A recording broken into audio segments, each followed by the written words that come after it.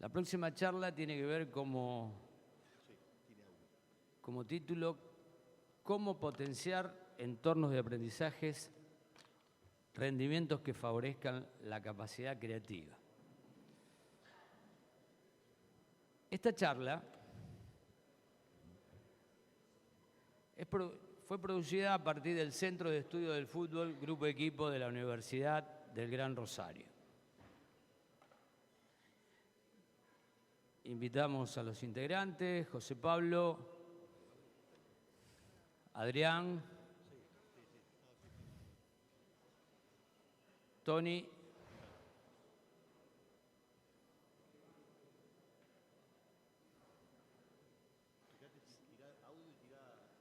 Santiago,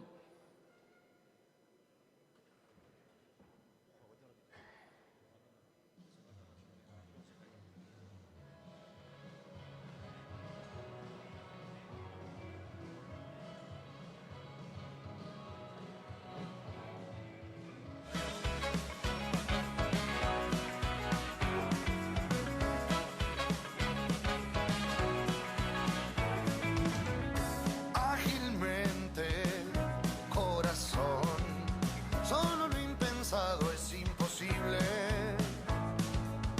No desconfiar de todo, sino estar dispuesto a todo, opuesto.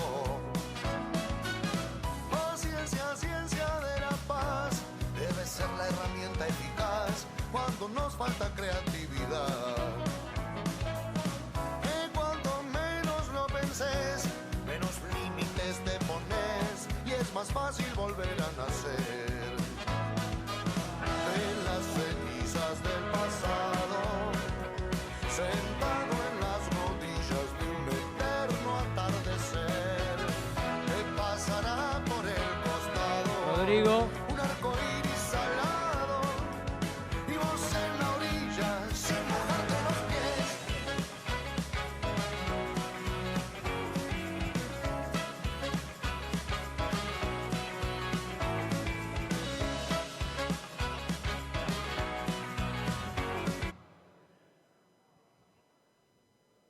bien. Hace un año, precisamente el 29 de octubre del 2021, inauguramos, o presentamos, más que inauguramos, presentamos Grupo Equipo, la Universidad de Gran Rosario, la Universidad de Gran Rosario Grupo Equipo, presentamos el Centro de Estudio del Fútbol. ¿Qué buscamos a través? ¿Cuál es la intención que tiene el Centro de Estudio? La intención que tiene precisamente es la de capacitarnos permanentemente, como lo venimos haciendo, como se inició Grupo Equipo, buscando capacitarnos permanentemente en la actividad deportiva que más se practica en el mundo, que es el fútbol. Buscar permanentemente asesoría, tratar de resolver problemáticas que tiene el fútbol, investigarlo. Precisamente hoy vamos a mostrar, a través del Centro de Estudio del Fútbol, cómo potenciar entornos de aprendizaje y rendimientos que favorezcan la capacidad creativa. Todo un tema, ¿no? ¿No les parece? ¿Quiénes componen el Centro de Estudio? Todos. Docentes, becarios, estudiantes, investigadores científicos y empíricos. El fútbol tiene mucho de eso de estar permanentemente buscando eso tan lindo que a nosotros nos gusta, que esas cuestiones inciertas, esa incertidumbre que tiene el fútbol. Y una cosa fundamental, nosotros no queremos quedarnos solamente en la investigación puntual, sino queremos que eso que vayamos produciendo o que nos acerquen, poder distribuirlo hacia todos aquellos que no tienen acceso a congresos, a cursos, llegar a los lugares que realmente necesitan que nosotros le comentemos de qué se trata esto del Centro de Estudio del Fútbol. El director, que fue de alguna manera el que ideó el querer hacer el Centro de Estudio, es el profesor, futuro licenciado, tiene que presentar la tesis, está en eso. Enrique Quique Cesana. Entonces, Quique, me parece importantísimo que vos explaye un poquito más sobre esto del centro de estudio y pasamos directamente al trabajo. Bueno, yo soy un poco la figurita repetida en este congreso, ¿no? Pero bueno, el centro de estudio del fútbol, como bien presentó Jorge, es una idea que hace mucho que tenemos y si bien siempre fuimos un grupo de estudio, grupo de equipo se inició, la esencia del grupo de equipo es siendo un grupo de estudio, de un grupo de entrenadores que buscaba mejorar su aprendizaje, buscaba esa especificidad en este deporte, ¿no? Entrenar específico en el deporte. Bueno, llegamos a este punto donde hace un año, no sé si hace un año todavía, el año pasado pudimos, gracias a la Universidad del Gran Rosario, gracias a la gestión de Javier, pudimos crear este centro de estudios del fútbol, el primer centro de estudios del fútbol creo que hay acá en Argentina, y no sé si en Sudamérica habrá algún otro. Es específicamente para buscar desarrollar recursos, generar conocimientos, para volcar a la comunidad del fútbol. Es el principal objetivo, pero no solamente para quedarnos en artículos científicos o lo que podamos estudiar, sino para realmente transferirlo rápidamente a donde nosotros decimos que está la realidad de este deporte, que es en la cancha, que es en la matriz de juego, como ayer hablamos y denominamos a ese lugar donde todo nace. La matriz del juego, el campo, la cancha, ahí donde todo nace. Entonces, este centro de estudio, esta es la primera investigación que tiene que ver con una revisión bibliográfica narrativa, es una forma de investigar, que todavía esta investigación no está acabada, pero quisimos compartir lo que ya tenemos hasta acá. Y que va a estar publicado y que ahora está, esto que todavía está en borrador, ya está publicado en nuestra aula virtual y por supuesto de manera gratuita para que el que se vaya de acá interesado en este tema pueda indagar. Nosotros vamos a hacer un pequeño resumen, un adelanto, una idea de lo que estamos haciendo para que al que le interesa, al que despierte curiosidad, pueda seguir indagando en este artículo que publicamos en nuestra aula virtual. ¿Cuál es la idea? Esto. ¿Qué es lo que no nos deja dormir, o por lo menos a mí, cómo favorecer entornos creativos para el desarrollo del aprendizaje, principalmente en el fútbol, pero seguramente se podrá transferir a cualquier realidad educativa. Entonces, vamos primero a fundamentar, por eso me van a acompañar acá mis compañeros del grupo de estudio, para empezar a fundamentar en qué nos basamos y a dónde apuntamos. Va a empezar el psicólogo Santiago López Papucci, con el cual trataremos de evidenciar desde qué nos basamos y qué teoría hemos leído y estamos leyendo para poder llegar a lo que queremos, ¿no? Santiago. Bueno, buenas tardes a todas y todos. Voy a tratar de ser lo más breve y preciso que pueda. Y este es un lugar por el que tenemos que pasar, ¿sí? Nosotros por ahí estamos muy acostumbrados a lo empírico, al campo, y como veíamos antes, como lo escuchamos antes a Oscar Cano y como venimos escuchando en varias charlas, es importante también saber dónde estamos parados y con qué lentes, obviamente, estamos mirando el fenómeno que se nos presenta, ¿no? Entonces nos tomamos un tiempito como para leer, para investigar un poco sobre los fundamentos teóricos de cómo veníamos pensando por ahí metodológicamente el fútbol y cómo lo podemos pensar desde otro lugar, desde otra manera, fundamentalmente porque es un fenómeno complejo desarrollado por seres vivos, somos los seres humanos que son las jugadoras y los jugadores. Fíjense que hay una relación directa, digamos, con lo que hoy traía Oscar Cano, no es nada raro, no es una coincidencia, ¿sí? Y fíjense que también hay una relación directa con lo que ya ha desarrollado Quique, con lo que ayer desarrollaban desde el cuerpo técnico de fútbol femenino de River. No es una coincidencia ni es una casualidad, ¿por qué? Porque estamos de alguna manera viviendo y atravesando un cambio de paradigma en lo que tiene que ver con las fundamentaciones de las metodologías y con el estudio de los fenómenos vivos, ¿sí? Entonces, ¿qué es lo que pasa? Necesitamos otra teoría, otro marco teórico, otro lugar desde donde pararnos, leer, y fundamentalmente la apuesta de esto es que desde esos otros lugares podamos hacer una bajada práctica, ¿sí? Podamos trabajar. Fíjense que nosotros todavía estamos acostumbrados a esta palabrita, una bajada, ¿sí? A ver, no, justamente la idea es poder articular o, como vamos a seguir usando esta palabra, poder corporizar estos fundamentos teóricos, ¿tá? Entonces, en primer lugar, si nosotros tenemos que pensar en creatividad, no podemos evadir el papel que han tenido las ciencias cognitivas a la hora de pensar qué es la creatividad y cómo se produce la creatividad. Y acá hay una pequeña bifurcación, ¿sí? Si esto fuese un camino, habría, digamos, alguna división, digamos, más grande que una bifurcación, ¿sí? Que son solamente 2 caminos, habría por lo menos 3, pero para simplificar vamos a ir por 2. Por un lado, nosotros estamos muy acostumbrados a pensar desde el cognitivismo clásico, ¿sí?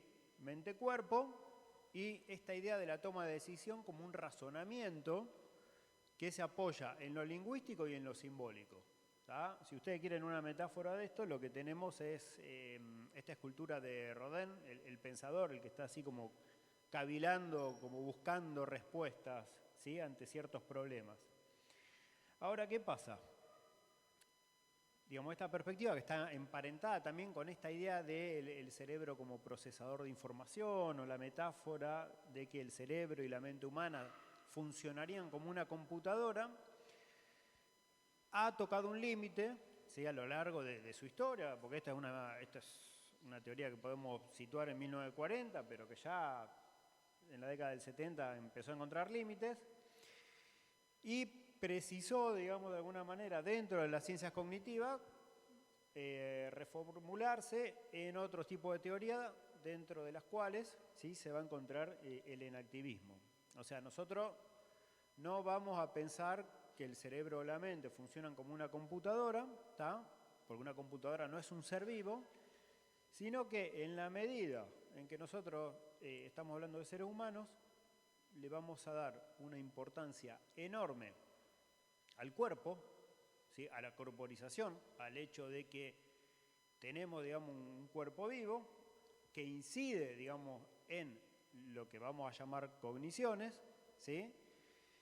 Y ahí nos vamos a apoyar en lo que es el enactivismo. Y si hablamos de enactivismo, tenemos que hablar necesariamente de sentido, ¿sí? Del sentido que va a emerger de la relación, ¿sí? Entre un cuerpo vivo y su entorno, ¿sí? O sea, de la relación que va a emerger de las acciones del futbolista en el marco de un entrenamiento o de un partido de fútbol, valga la redundancia, ¿sí? Es fundamental, si vamos a hablar de enactivismo y de ciencia cognitiva, apoyarnos también en las ciencias de la complejidad y en la teoría de los sistemas dinámicos.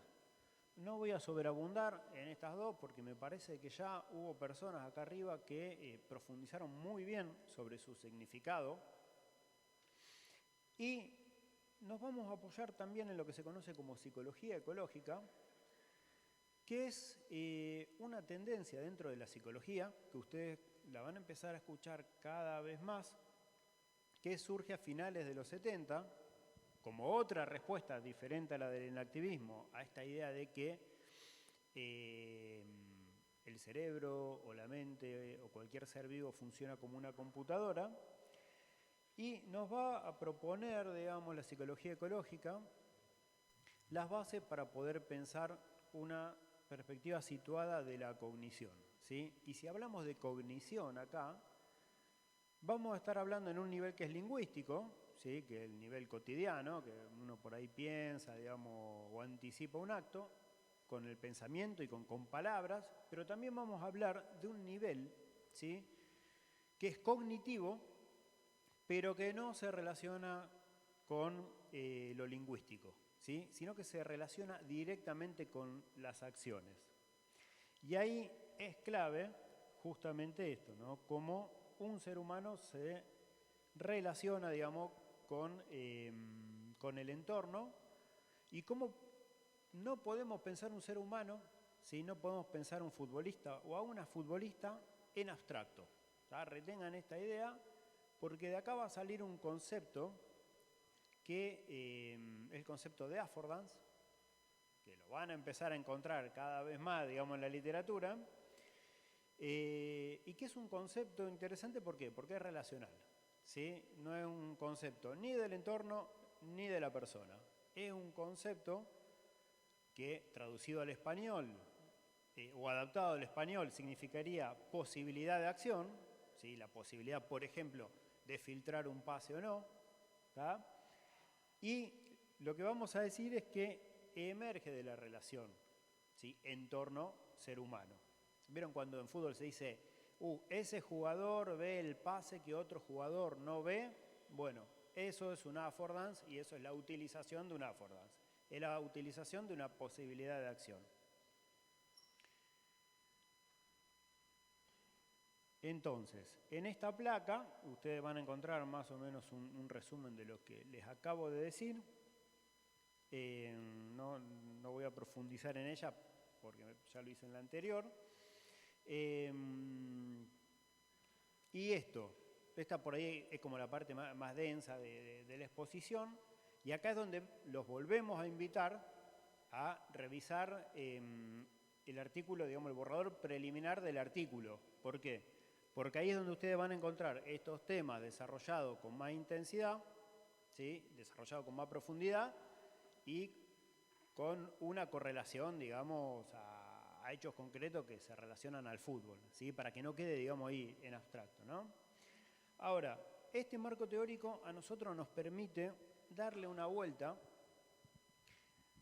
a estas características que nosotros consideramos que son propias de la creatividad en el fútbol, ¿sí? Fíjense, vamos a hablar de sistema, o sea, vamos a decir que es una capacidad de respuesta del sistema ante una perturbación que lo desestabilice. Y vamos a decir también que es singular y propia de cada sistema. Si nosotros nos detenemos en estos dos puntos, fíjense que sistema puede ser tanto un jugador o una jugadora, como puede ser un sector del campo de juego, como puede ser una línea del equipo, como puede ser, digamos, el funcionamiento colectivo del equipo como tal, como puede ser la institución misma, como puede ser el cuerpo técnico. Entonces, lo interesante de la noción de sistema es que tiene muchos niveles, ¿sí? Y en la creatividad, esos niveles están relacionados, ¿sí? Lo que sucede en un nivel no puede dejar de afectar al resto de los niveles. Eso está fundamentado en el pensamiento sistémico y en el pensamiento complejo. O sea, si hay problemas a niveles institucionales, es imposible que esos problemas no se puedan manifestar a nivel equipo, a nivel juego, etc. ¿Sí? Entonces, acá lo que estamos diciendo, que es una capacidad de respuesta ante una perturbación. Ustedes han escuchado el concepto de constreñimiento, ¿sí? Todo este tiempo. Constreñimiento muchas veces se ha traducido como condicionamiento, ¿sí? Como que nosotros condicionamos. Constreñir, más bien, ¿sí? Nosotros lo podemos pensar como una forma, ¿sí? De empujar a un sistema, ¿sí? Ir molestando, ir empujando, ir incomodando a un sistema. Por ejemplo, José está acá sentado al lado mío, ¿tá? Si yo lo empiezo a mover a José, José va a buscar la forma de no caerse, ¿sí? Y de seguir sentado. Un constreñimiento tiene esa función, ¿sí? No es que lo voy a empujar y lo voy a tirar y él tiene que hacer fuerza para no caerse, ¿tá? Es como una modulación que nosotros utilizamos acá el concepto de perturbación para nombrarla. Ustedes han escuchado hoy el nombre, y ayer el nombre de Edgar Morin, ¿sí? Que es un filósofo de la complejidad. Edgar Morin, ya en la década del 70, decía que la contracara, ¿sí? Del constreñimiento es la emergencia, ¿sí? O sea, para que emerjan efectos entre las relaciones, digamos, entre las partes y el todo, tiene que haber constreñimiento, ¿sí? O sea, esto quiere decir que esas partes se pueden relacionar de cierta manera y no de otra, ¿sí? Pero se pueden relacionar, ¿tá? Esto como cuando nosotros en un reducido ponemos un límite de toque, 3 toques, ¿sí? Bien, se relacionan las partes, pero con ese constreñimiento. Ahora, si hablamos de emergencia, si hablamos de constreñimiento, tenemos que hablar de contexto.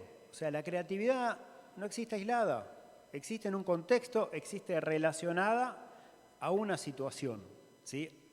A una situación, que esto también es interesante que lo pensemos, generalmente es incómoda. O sea, una relación, una característica de la creatividad en el fútbol, sobre todo a la hora de tomar decisiones, es la incomodidad, ¿sí? Tenemos que estar un poquito incómodos como para generar un comportamiento creativo, ¿tá? Y fíjense que nosotros también estamos hablando de lo relacional. Entonces, ¿qué es lo que pasa? Si hablamos de una relación futbolista-entorno, la creatividad va a surgir entre, ¿tá? No va a ser ni del contexto ni del futbolista, ¿tá? La creatividad va a surgir ahí, ¿sí? Va a surgir en esa relación, es una forma de relación. Y desde este paradigma nosotros vamos a pensar que toda cognición, ¿sí? No es un pensamiento lingüístico, toda cognición, ¿sí? Incluso si es un pensamiento lingüístico, va a ser una forma de que un ser vivo regule, ¿sí? En este caso un futbolista, regule la relación con el entorno, ¿sí? Fíjense que esto ya es otro concepto de toma de decisión, no solo de creatividad. Entonces, fíjense que el punto que sigue es este que yo hablaba de los constreñimientos, ¿tá? La creatividad surge de la relación, o sea, digamos, surge en el marco de un sistema a partir de constreñimiento que nosotros vamos aplicando en una tarea de entrenamiento. Y este punto es importante también. ¿Por qué? Porque es incierta, ¿tá? En tanto emergente, en tanto surge de una situación de incomodidad, de constreñimiento, es incierta, ¿tá? No la podemos anticipar. Nosotros no podemos identificar a priori un comportamiento creativo. Después decimos que es creativo. No es que estamos pensando en una acción creativa y la ejecutamos, ¿sí? Nos encontramos con que la ejecutamos, nos encontramos con que un futbolista o una futbolista la ejecutó. Y ahí decimos, mirá. Entonces, ¿qué es lo que pasa? ¿Cuál es la consecuencia directa de todo esto? Es que no tiene una forma adecuada, ¿tá? La creatividad no tiene una forma adecuada. Va a ser individual, ¿sí? Y esta característica es clave. No es que decimos que alguien tiene creatividad. Como nosotros estamos pensando desde la acción, como la idea nuestra es poder pensar desde la acción, lo que nosotros vamos a decir es que la creatividad se ejecuta, ¿está? No es que yo tengo creatividad, sino que ejecuté una acción creativa.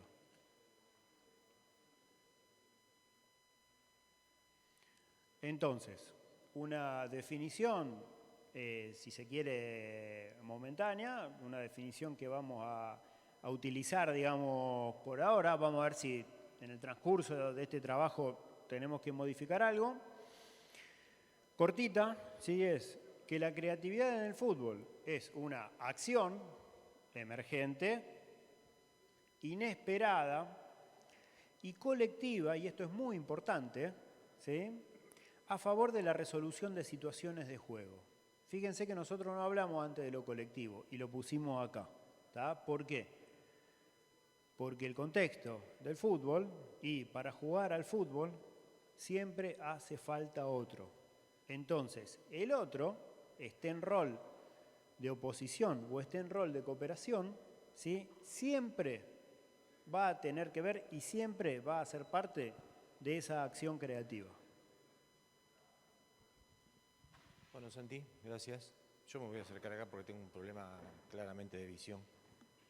Entonces, no. Me tengo que acercar. Entonces, siguiendo la lógica esta que plantea Santiago y que tiene relación con todo lo que venimos trabajando, hacemos como un compendio de algunas condiciones mínimas que se tienen que tener en cuenta a la hora de favorecer la creatividad, ¿eh?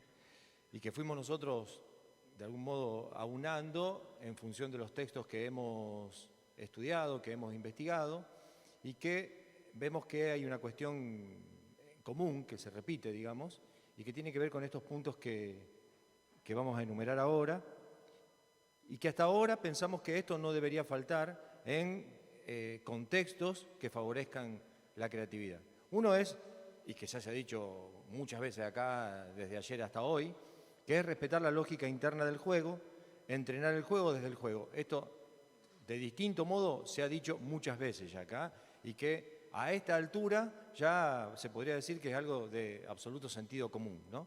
Que cada vez que pensamos una ejercitación, pensamos un entrenamiento, no lo pensamos escindido del juego, sino lo pensamos en el juego y con el juego. La segunda es ofrecer entrenamientos con gran variabilidad. Esto tiene que ver con hacer vivenciar a los futbolistas situaciones de múltiple variabilidad para que pueda lograr tener experiencias muy parecidas a las que va a tener en el juego real. Y esto, obviamente, dicho así, parecería un punto más de la lista, pero obviamente creo que esto es uno de los desafíos más grandes que tiene el entrenador, de meterle variables suficientes a las sesiones de entrenamiento, además para que las sesiones de entrenamiento sean divertidas para el futbolista, que si bien no se ha hablado así explícitamente en algunas charlas, pero todos sabemos que una sesión de entrenamiento el futbolista tiene que lograr cierto goce en eso que está haciendo, y en eso tiene que ver con la variabilidad.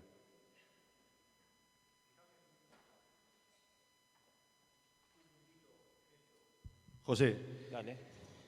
si decimos variabilidad, porque por ahí, viste, decimos, y si variamos permanentemente, ¿dónde encontramos regularidad para hacer un proceso, para que haya realmente una regularidad que yo pueda mantener, sostener para el aprendizaje? ¿Dónde está? Si yo varío permanentemente los juegos, las actividades, ¿en dónde está la regularidad esa? ¿En dónde está el aprendizaje ese que yo voy buscando?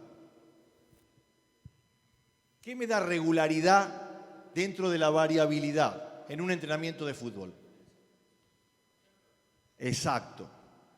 El concepto es el que yo busco siempre, y todos acá los que estuvieron acá hablaron siempre prácticamente de los mismos conceptos. Hay conceptos universales que están siempre en todos los juegos.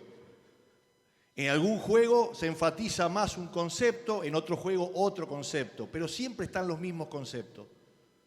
Entonces, la regularidad en el aprendizaje me le dan los conceptos, la variabilidad en los ejercicios. Yo varío permanentemente los ejercicios, pero mantengo la idea conceptual.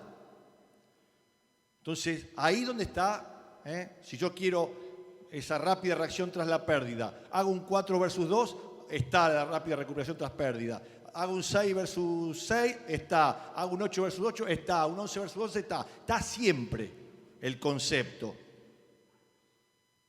Lo que voy variando son los escenarios. Eso tiene mucho que ver con la creatividad, un poco después lo vamos a profundizar.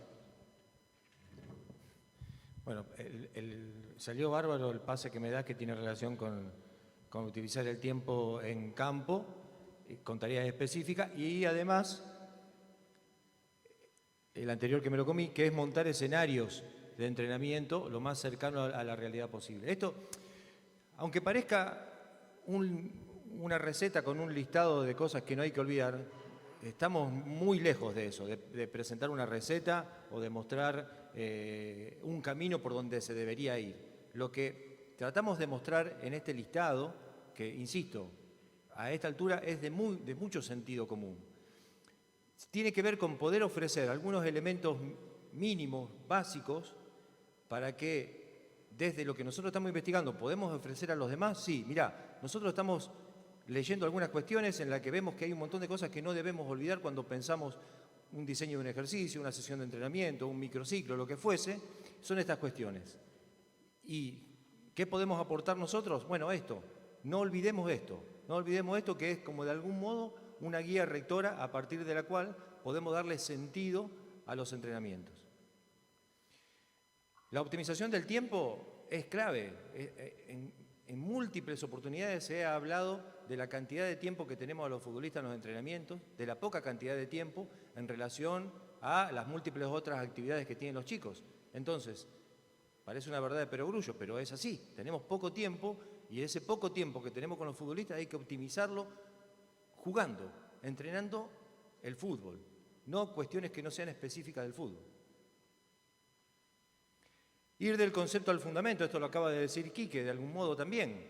Esos conceptos que se repiten habitualmente en muchas ejercitaciones y que requieren de habilidades técnicas para realizarlo, están en el marco del juego. Entonces, vamos del concepto al fundamento y no al revés, del fundamento al concepto. Esto me parece que es interesante pensarlo así también.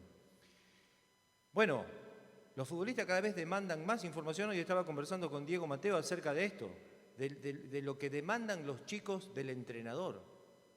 Los jugadores demandan del entrenador. Los jugadores cada vez demandan que el entrenador esté más preparado y tenga más información para poder brindársela al futbolista.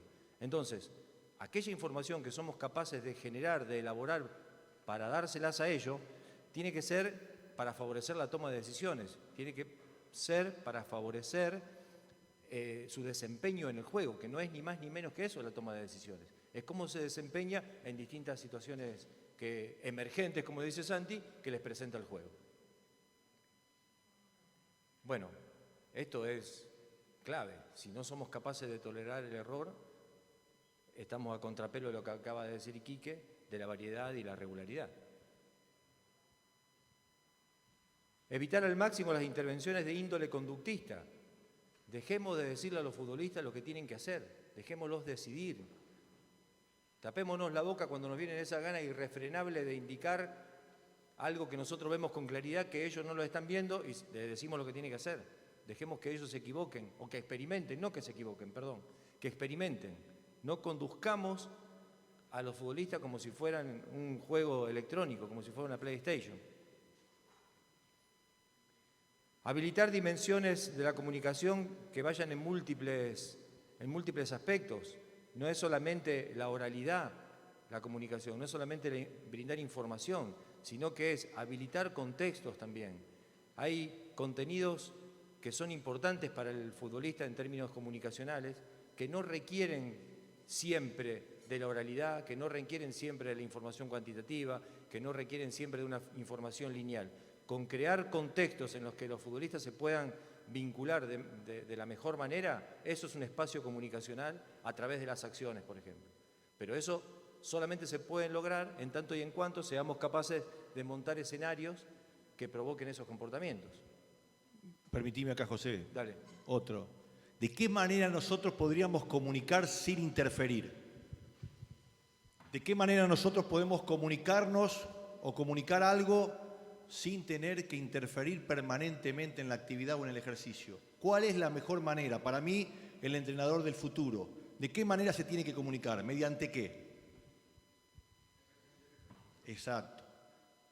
Cuando vos formulás el ejercicio, cuando vos desarrollás la tarea con simples consignas, si vos lo formulaste de determinada manera, la misma tarea, el mismo ejercicio va a ser el que comunica, el que va a despertar los comportamientos que realmente necesita el jugador o el equipo, y no lo que tengo que decir yo como entrenador. Todo un poco lo que es romper muchos paradigmas, es romper muchas tradiciones, ¿no? De que el entrenador está para enseñar. No, el entrenador está para montar un escenario, preparar un escenario para que los jugadores aprendan. Nosotros no enseñamos, ellos aprenden. Es diferente. Si ustedes hacen una retórica de su vida y empiezan a recordar quién fue mi mejor maestro, de dónde aprendí mejor, yo creo que la respuesta es para todo lo mismo. De uno mismo. El aprendizaje parte de uno mismo. Yo tuve grandes inspiradores que me inspiraron, que me despertaron curiosidad con una frase, con un movimiento, con algo, y después mi curiosidad me llevó a estudiar, a leer sobre eso, esa curiosidad que me despertó ese profe, ese entrenador. Uno mismo, el aprendizaje está en uno mismo. Entonces no puedo pretender que nosotros desde acá, que vos te vayas aprendiendo de lo que yo digo. No.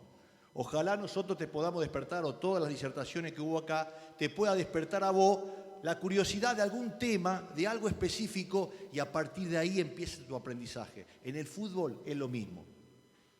Cómo despertarle con una tarea, con un ejercicio, esa capacidad exploratoria del jugador y del equipo, porque el equipo tiene que pensar en equipo.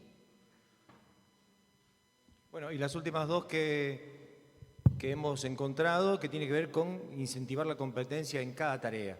Y acá también vamos a hacer pie en esta cuestión de la competencia, ¿no? Y de la importancia de la competencia.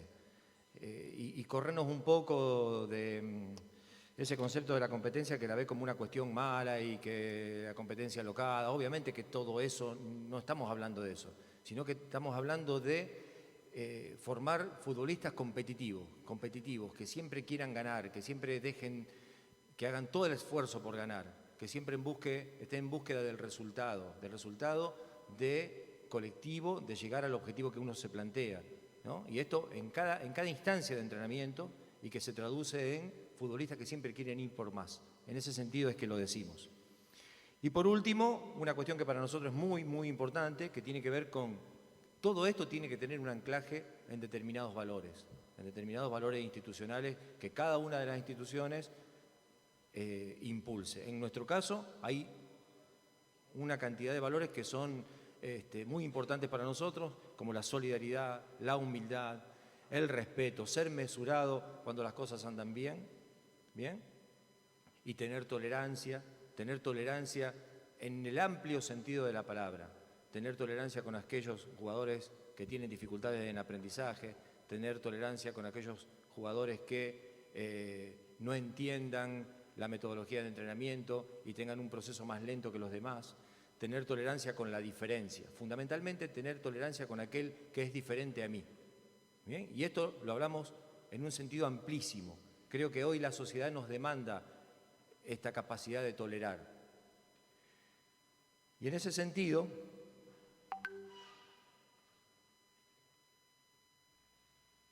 para nosotros, el contexto tiene múltiples dimensiones. ¿Bien?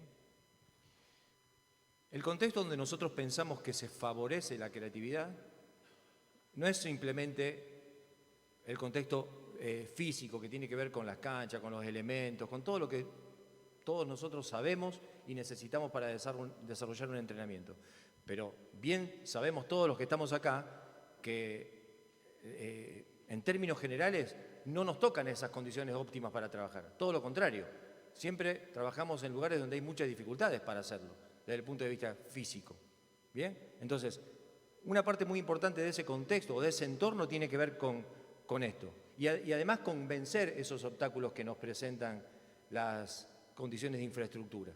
Pero también hay un entorno que tiene que ver, hay un componente del entorno que tiene que ver con lo cultural, que tiene que ver con cómo se desarrolla el fútbol en este espacio, en este lugar, con estas personas, en este barrio, en este club, cómo es la historia de cada uno de los lugares donde nosotros trabajamos, cuáles son los límites simbólicos que nos plantean esos espacios donde trabajamos, qué cosas se pueden hacer acá y qué cosas no se pueden hacer, qué cosas están permitidas en esos lugares y qué cosas no acá, porque la cultura, la idiosincrasia del espacio donde trabajo tiene determinada historia. Y eso no es menor, es importante entenderlo para pensar el contexto. Y por otro lado, obviamente hay un entorno social. Y en el fútbol lo sabemos de sobra eso. La composición socioeconómica de los futbolistas en Argentina tiene una determinada característica que no es igual que la de otros deportes. Y eso no es un detalle menor, porque eso tiene que ver con qué tipo de personas nosotros recibimos en nuestros entrenamientos, con qué carencias vienen al entrenamiento, con qué dificultades vienen. Y esas dificultades, esas carencias, son posibilidades distintas de relacionamiento. Y eso tenemos que entenderlo, porque todo eso confluye en el contexto donde nosotros trabajamos. Entonces es importante analizar por lo menos estas 3 dimensiones del contexto si queremos poner en práctica algunos de los puntos que nombrábamos antes para favorecer un aprendizaje que genere la creatividad. Todo esto tiene una relación en ese sentido, aunque parezca que lo vamos diseccionando en parte, lo hacemos simplemente a los efectos de poder analizar estas cuestiones, pero como dijo Santi, nosotros nos basamos en la teoría dinámica de los sistemas, entonces lo pensamos siempre como un todo a esto, no lo pensamos en forma separada. Sí, ¿seguimos? yo me gustaría, para llevarlo a tierra, ¿no? Buscar ejemplos.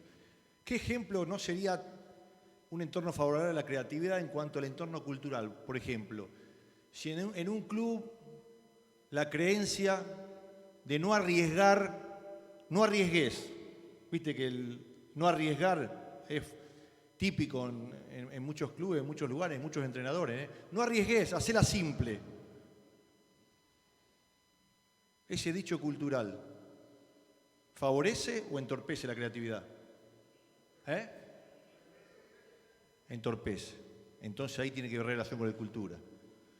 Con el entorno físico, ¿qué podría entorpecer en cuanto a los elementos, los compañeros, los rivales, la cancha, los entrenadores? A ver algún ejemplo que puede entorpecer la creatividad en el contexto físico. ¿Qué sería? Ser repetitivo. O sea, trabajos mecánicos, analíticos, por supuesto. ¿Qué más?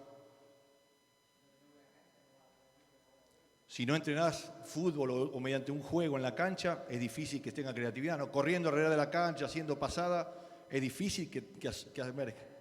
La cancha, mira, no sé, ahí no, ahí te discuto. El sistema futbolista se tiene que adaptar. Le digo, ¿por qué le digo esto?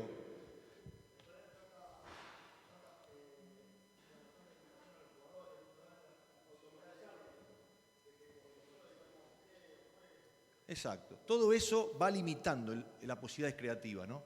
Limitar, darle los mensajes, decirle lo que tiene que hacer, mecanizar movimientos, ser demasiado analítico. Yo no estoy en contra de lo analítico, sino ser demasiado y abusar de lo analítico. Todo eso entorpece el poder creativo. Y en el entorno social, por supuesto, ¿qué más? ¿Del barrio? ¿Algo que tenga?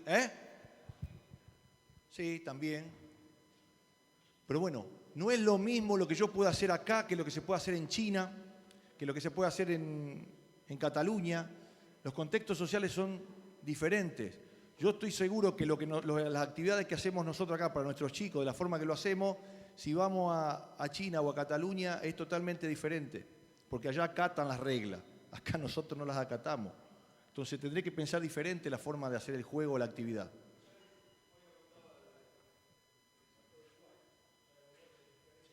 Exacto. Y Córdoba, como dijo Matías, Córdoba se diferencia de Rosario, y Newell's se diferencia de Central, y River se diferencia de Boca. Nada es mejor que nada, sino que son diferentes contextos y el entrenador tiene que tener la suficientemente capacidad, entender de esto, para poder adaptarse a lo que le toca. Bien, y acá para ir terminando, para ir decir, bueno, ¿qué me llevo de esta charla, no? Con todo el contenido teórico, ¿qué puedo tener en cuenta? Cositas simples, porque ahí vamos nosotros. No queremos que de acá salgan científicos, queremos que de acá buscar herramientas que realmente las podemos llevar rápidamente al campo. Entonces, ¿qué tener en cuenta? ¿Cuáles son los facilitadores de la creatividad? O por lo menos de todo lo que estuvimos leyendo y de nuestra experiencia. Primero, tener en cuenta espacios y tiempo. Pasá todo esto y después vamos pasando cada uno. Especificidad y variabilidad. Acá son dos palabras contrapuestas, pero que tenemos que combinarlas para que emerja ese comportamiento creativo. Desorden y organización. No es lo mismo orden que organización. Y esto lo hablamos mucho con Tino, con los muchachos de la selección, con el grupo también. El fútbol no necesita que el 4 esté en la posición del 4, el 8 en la posición del 8. No importa quién esté en el espacio del 4. Puede ser el 4, puede ser el 7. Lo importante es ocupar los espacios. Quién lo ocupe no importa. Lo importante es ocupar los espacios. Entonces, el orden sería el 4 donde va el 4, el 2, el 6, el 3. No, La organización es diferente. La organización sería, donde va el 4, en cierto momento, en ciertas circunstancias del juego, puede quedar otro jugador. Lo importante es que esté ocupado el espacio. No importa si el 4 está en el espacio del 4. Lo que importa es que esté ocupado el espacio. Entonces, orden no es igual que organización. ¿Se entiende? El orden es más rígido, más estructurado. Quita poder creativo. Libertad y constreñimiento, placer y desafío. De estos 5 componentes, si yo lo tengo en cuenta cuando planifico, voy a poder favorecer los entornos creativos o para potenciar la capacidad creativa de mis equipos, no solamente del jugador individual. Entonces, rápido y para terminar, el primer componente, espacio y tiempo. Tengo que saber en qué contexto, si tengo cancha de tierra, o tengo cancha sintética, o tengo el predio de AFA, o tengo las canchas estas, que las nuestras tenemos, como los chicos nuestros, la parte de tierra. Entonces, el mismo ejercicio que yo hago en la cancha sintética, en el mismo contexto nuestro, el mismo ejercicio que yo hago en la cancha sintética, las dimensiones de ese juego, de esta actividad, son diferentes a las dimensiones del mismo juego en la cancha de tierra. ¿Por qué? ¿Por qué? Porque en la cancha de tierra necesito un tiempo más para poder controlar el balón. Entonces, ¿qué hago con las dimensiones? La hago más amplia. ¿Se entiende? Entonces, tengo que tener mucho en cuenta los espacios para darle el tiempo necesario al jugador para que pueda resolver. Especificidad y variabilidad. Por un lado, ser específico en el juego, en lo que quiero formular, pero darle mucha variabilidad. Especificidad en los conceptos, regularidad en los conceptos, variabilidad en los ejercicios, en las actividades, que el sistema jugador y el sistema equipo tenga la posibilidad de adaptarse rápidamente a distintos y variados contextos y situaciones de juego. Si yo lo habitúo a ese jugador y a ese equipo a estar permanentemente en variabilidad de situaciones, lo habitúo a que se pueda resolver, se puede organizar y reorganizar permanentemente. Pero tengo que habituarlo a que conviva con esos contextos variables y caóticos como es el fútbol. Si yo le hago siempre cosas preestablecidas, movimientos mecánicos, que toco allá y voy allá, toco allá y allá, el que va por afuera toca y tira el centro. Si yo lo habitúo a eso, el sistema jugador y el sistema equipo no va a estar habituado para la variabilidad que le ofrece un partido de fútbol. Y desorden y organización, ya lo hablé, pasá.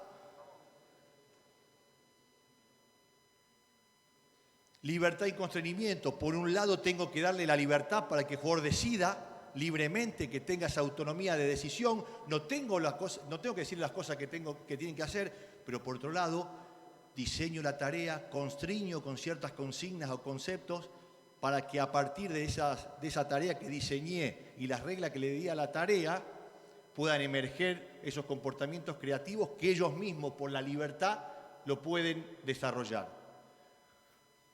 Y el último, placer y desafío. Si los jugadores de tu equipo no sienten placer por lo que hacen, no tienen una profunda pasión por lo que hacen, donde le inspira a hacer cosas inéditas, donde se animen y toleren el error, donde se animen a arriesgar. Si tus jugadores no se animan a arriesgar, no sienten placer por lo que hacen, nunca van a desarrollar, a potenciar esa capacidad creativa. Entonces, el desafío es buscar la manera que ese placer, ponerle ciertos desafíos que de alguna manera hagan que emerjan esos comportamientos, empujen al sistema jugador y al sistema equipo a que emerjan esos comportamientos creativos, porque, como dijo bien Santiago, cierta incomodidad le tengo que dar al jugador y al equipo, cierta incomodidad tiene que tener. No tiene que tener libertad absoluta para crear, tiene que tener cierta incomodidad para que en esa incomodidad emerja ese comportamiento creativo. ¿Cuándo crecemos? ¿Cuándo mejor aprendemos? Le hago la pregunta esta. ¿Cuánto más aprendemos? ¿Cuando ganamos o cuando perdemos? Cuando perdemos aprendemos más, porque nos genera incomodidad, porque nos despierta, ¿qué hicimos mal? Y ahí buscamos, a partir del error, ¿cómo mejoramos? Bueno, en los chicos igual. En el ganar, che, estamos todos ok. Me relajo un poquitito. Dejo de aprender, ojo. No es ni acostumbrarse a perder siempre ni a ganar siempre, ojalá. Entonces, para terminar, la creatividad en el fútbol nos permitirá mayor adaptabilidad y autonomía, pero por sobre todo la posibilidad de evolucionar el juego. Yo evoluciono el juego a partir de tener jugadores creativos y equipos creativos, porque pueden resolver permanentemente, en forma autónoma, las situaciones que le va propiciando el partido. Ojalá no lo hayamos aburrido. El que quiere profundizar esto lo va a tener en el aula virtual. Muchas gracias por la atención.